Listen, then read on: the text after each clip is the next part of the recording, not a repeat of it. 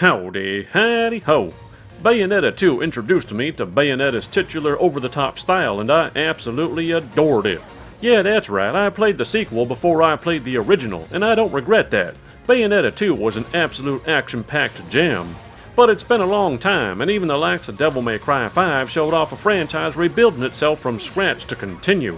Does Bayonetta 3 cement the series for the modern era after an 8-year hiatus? Let's get the bad out of the way first. The Foundation is incredibly dated. In an effort to expand on the predecessor, there is more exploration and platforming. And these pretty much never feel polished and instead harken to the jankiness era of the PS3 days. Expect to miss jumps, fail challenges, and or experience some weird difficulties not because the game is hard or you suck, but because there's a lack of refinement in movement systems outside of combat. But then there's that combat, and its attempt to expand on its predecessor can also be hit or miss. When it's a hit, it's an absolute charmer, a true tour de force to action. When it's a miss, it's because there are times the bigger-than-life enemies and camera do not work well together and you'll take blows simply because you can't see shit. You might be thinking things are pretty grim, but then the game almost completely redeems itself in this category by surpassing the words over the top with another word: insanity. If you thought Bayonetta 2 was crazy, there's apparently a notch above that. And though I clearly have no desire to spoil it, the things you'll do mean there's absolutely no way you could possibly fall asleep while playing this game. I promise you, you won't be bored because of the most unpredictable things the game throws at you to the point where you simply can't help but smile. So if you can get past the dated and often janky foundations, you're in for whatever it is that's considerably more exciting than a roller coaster ride.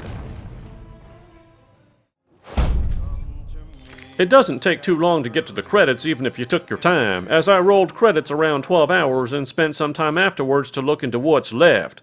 What's left is primarily just challenging yourself and replaying the game, and the reward is naturally more currency for unlockables. In this apparent fight with Rodan.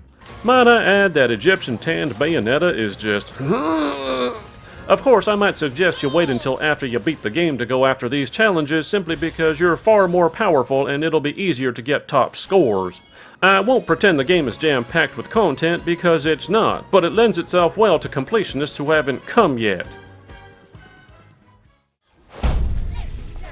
We've got some serious problems here. No, not the tired rhetoric of the Switch being too weak, but the devs trying way too hard. There is such a thing as going too far, and the Switch suffers far beyond its due because of it. The frame rate ranges and stutters from the 20s and rarely up to the 60 mark when backgrounds are open space, and cinematics have a cap of 30. I won't even blame you for emulating this game to enjoy it more. But to make matters worse, we're not looking at a visual charmer either.